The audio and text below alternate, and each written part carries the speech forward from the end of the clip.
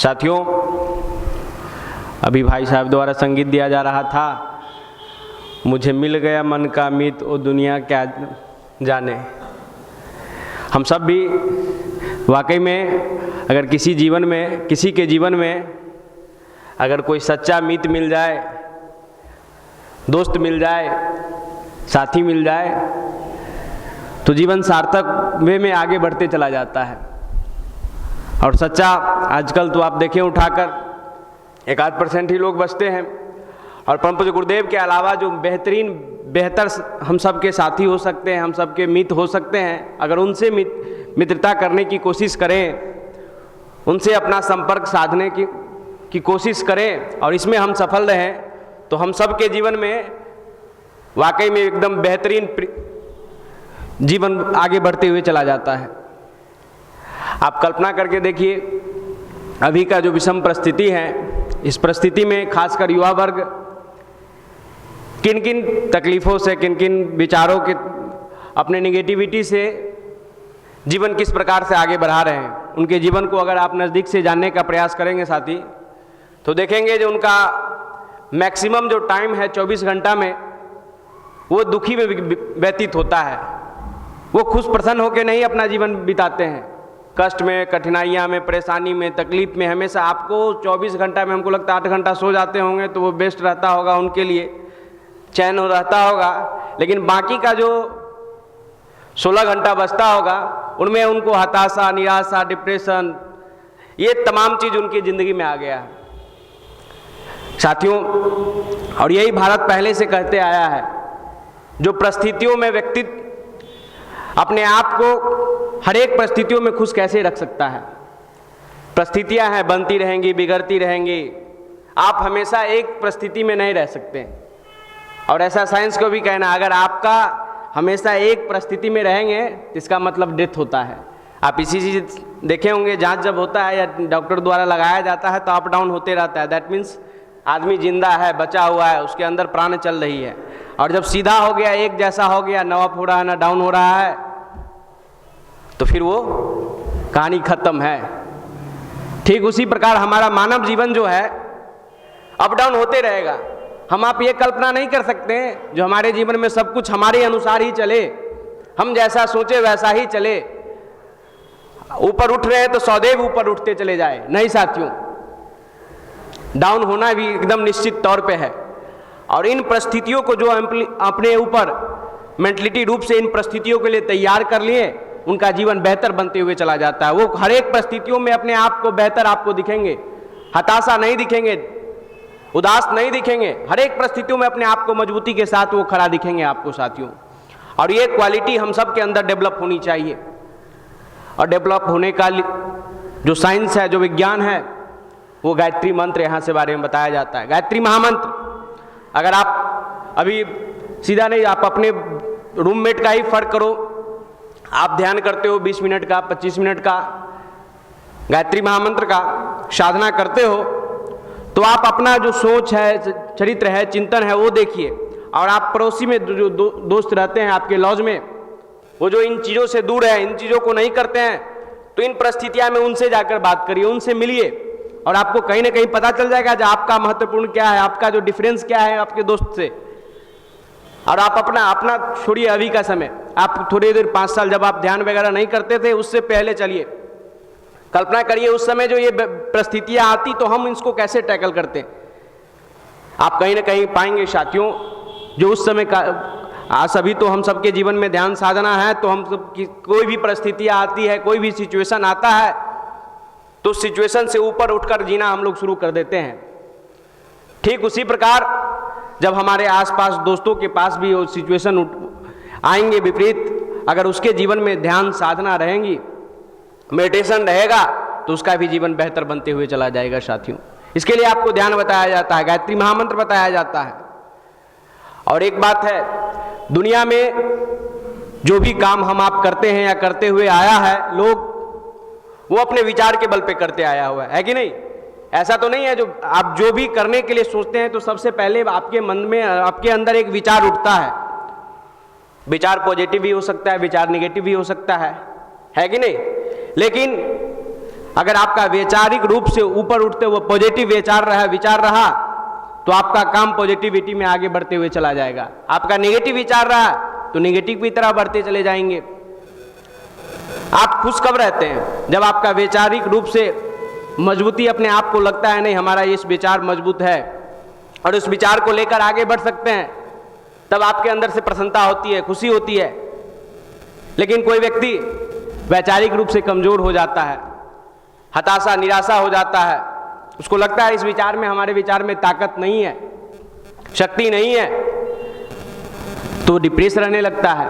और वैचारिक रूप से मजबूत बनाने का जो साइंस है, जो टेक्नोलॉजी है, वो मेडिटेशन है, वो गायत्री महामंत्र है। इसलिए तो परम पूज्य गुरुदेव ने मानव जीवन का 4 फार्मूला दिया। आप जो भी करो, जो भी बनना चाहते हो बनो, लेकिन अपने जीवन में ये 4 मुख्य सूत्र साधना, स्वाध्याय, संयम, सेवा अगर आपने उतार लिया तो परिस्थितियां जो भी आए, सिचुएशन जो भी हो, हम उसमें अपने आप को बेहतर पाएंगे साथियों। साधना से आपका मेंटलिटी रूप से मजबूत बनते हैं, आप शारीरिक रूप से मजबूत बनते हैं तो आप स्वस्थ रहते हैं। आप शारीरिक रूप से मजबूत बनने के लिए भोजन लेते हैं, तरह तरह के फ्रूट्स लेते हैं, एक्सरसाइज करते हैं, लेकिन आप शरीर का मैक्सिमम यूज करते हैं, इसलिए हम लोग शारीरिक रूप से मजबूत बनते हैं। लेकिन इस शरीर का भी जो मैक्सिमम यूज करने का जो सबसे बड़ा चीज है वो मन है। और इसके लिए हम आप क्या करते हैं? तो इसके लिए हम आप कुछ नहीं करते हैं, 20 मिनट मैक्सिमम ध्यान करते हैं। नहीं साथियों, इसके लिए भी इसका भी भोजन है। इसका भोजन गायत्री महामंत्र है। इसको मजबूत बनाने के लिए गायत्री मंत्र आपको करनी होगी। इसको मजबूत बनाने के लिए आपको स्वाध्याय करना होगा। इसको मजबूत बनाने के लिए आपको संयमिता बरतनी होगी अपने जीवन में। और ये चीज आपके जीवन में जब बढ़ते हुए चले जाएंगे तो आप सिचुएशन से ऊपर उठकर अपना जीवन जीने की कला आपके अंदर विकसित होती चली जाएगी साथियों। इसके लिए आपको ध्यान बताया जाता है। हम बार बार एक कहानी सुनाते हैं, जो एक व्यक्ति के जीवन में एक विचार आप मान लेते हैं उसका पॉजिटिव हुआ तो उसका जीवन पूरा पॉजिटिव होते चला जाता है, और न जाने उसका जीवन से प्रभाव से कितने लोगों का पॉजिटिव होते चला जाता है, बेहतर बनते हुए चला जाता है। आप सब कुम्हार की कहानी सुने होंगे। एक कुम्हार जब एक मिट्टी का बर्तन बना रहा था तो वो मिट्टी की बर्तन बनाने के क्रम में चिलम बनाने लगा। देखिए, एक विचार किस प्रकार से जीवन में व्यक्ति को आगे लेकर बढ़ता है, और अपना कल्याण तो खुद करता ही है, लेकिन आसपास सभी लोगों को कल्याण किस प्रकार करते हुए चला जाता है। वो चिलम बनाने लगा तो उनकी पत्नियां आई, उनसे उधर बोले, अरे अभी क्या बना रहे हो, गर्मी का सीजन है। तो बोला, चिलम बना रहा हूँ। इसको क्या करोगे? तो बेच के पैसा कमाऊंगा, फिर घर चलाऊंगा। तो बोला, अच्छा अभी तो गर्मी का सीजन है, सुराही बनाओ, बेहतर रहेगा, ज्यादा बिकेगा, उससे भी तो पैसा कमाया जा सकता है। तो बोली, हाँ सही बात बोले हो तुम। फिर से वो मिट्टी को गीला किया और सुराही का आकार देना शुरू किया। जब सुराही को आकार देना शुरू किया तो मिट्टी से आवाज आती है, साहब अभी तो आप हमें चिलम बना रहे थे, ऐसा क्यों अभी आप सुराही बनाने लगे फिर से? तो इधर से कुम्हार जवाब देता है मिट्टी को, जो मेरा विचार बदल गया, मेरा विचार बदल गया। मिट्टी से आवाज आती है, जवाब आता है, जो साहब आपका विचार बदला है, मेरा तो जिंदगी ही बदल गया। अगर चिलम बनता तो खुद को भी जलाता और दूसरे को भी जलाता, लेकिन सुराही बन रहा हूं, खुद भी शीतल रहूंगा, दूसरे को भी शीतल रखूंगा। साथियों, ये विचार की ताकत होती है। देखिए, एक विचार किस प्रकार से उनका करवट लिया और उसका जीवन बनते चला गया। उसी मिट्टी से अगर चिलम बनता तो खुद भी लोग जो इसका यूज करता है वो भी तो खत्म होता ही होता, लेकिन आसपास का माहौल भी खराब करके रखता। लेकिन उसी मिट्टी से अगर सुराही बना दिया गया तो सुराही खुद भी शीतल रखा और दूसरे को भी शीतल रखने की काम आई। ठीक उसी प्रकार हम सब का जीवन है साथियों। हम सब अगर वैचारिक रूप से मजबूत रहेंगे तो अपना जीवन तो कल्याण करना ही करना है, लेकिन आपके आसपास आपके दोस्त, आपके साथी, आपके मित्र आपसे प्रभावित होते चले जाएंगे, उसका भी जीवन बेहतर बनते हुए चला जाएगा साथियों। इसके लिए आपको ध्यान बताया जाता है, इसके लिए आपको स्वाध्याय बताई जाती है। स्वाध्याय करेंगे तो आपको पता चलेगा जो हमारे अंदर किस गुण को डेवलप करनी चाहिए और किस बहुत सारे जो अवगुण हैं उसको किसको खत्म करनी चाहिए, क्या खूबियां हैं जो जिंदगी में हम लेकर आगे बढ़ सकते हैं, क्या खामियां हैं जिस पर हम काम करके अपने जीवन को बेहतर बना सकते हैं साथियों। ये आपको स्वाध्याय से पता चलेगा। अगर आप स्वाध्याय करेंगे तो आपको लगेगा जो हमारे जीवन में हमको क्या मूल उद्देश्य होना चाहिए। आप दुनिया में अब कल्पना करके देखें, जो सबका कुछ ना कुछ जीवन में मूल उद्देश्य होता है, मानव का, पशु पक्षी का तो नहीं कुछ कह सकते हैं, और भी बहुत सारे चीज़ होते हैं इस दुनिया में, जीव जंतु जिसका, लेकिन एक मानव जीवन है जो इसका मुख्य उद्देश्य होता है, और जो मुख्य उद्देश्य रूप से अपना उद्देश्यपूर्ण जीवन नहीं जीता है वो मानव जीवन नहीं जीता है। हम सबका भी उद्देश्य होना चाहिए, लक्ष्य होना चाहिए, और उसके बीच में जो बाधाएं आती हैं उससे लड़ने की ताकत हमारे अंदर विकसित होना चाहिए। आपको अंदर से विकसित करने के लिए ध्यान बताया जाता है। आपका कॉन्फिडेंस कैसे बढ़ेगा? किसी का कोई टैबलेट आता है कॉन्फिडेंस बढ़ाने का? आता है क्या? या कोई डॉक्टर है ऐसे जो कॉन्फिडेंस बढ़ा देते हैं? नहीं, ये आपको स्वतः बढ़नी, आपके अंदर से बढ़ेगी, आपके विचार से बढ़ेगी। और आपके विचार कैसे कॉन्फिडेंस बढ़ाएगा? तो आपको ध्यान करना होगा, मेडिटेशन करना होगा, गायत्री महामंत्र करनी होगी, अच्छे पुस्तकों का स्वाध्याय करना होगा साथियों। तब जाकर हम लोग वैचारिक रूप से उठेंगे और हम सब का कल्याण के साथ साथ हमारा मित्र का भी, दोस्त का भी, हमारे समाज का, हमारे राष्ट्र का भी कल्याण होते हुए चला जाएगा साथियों।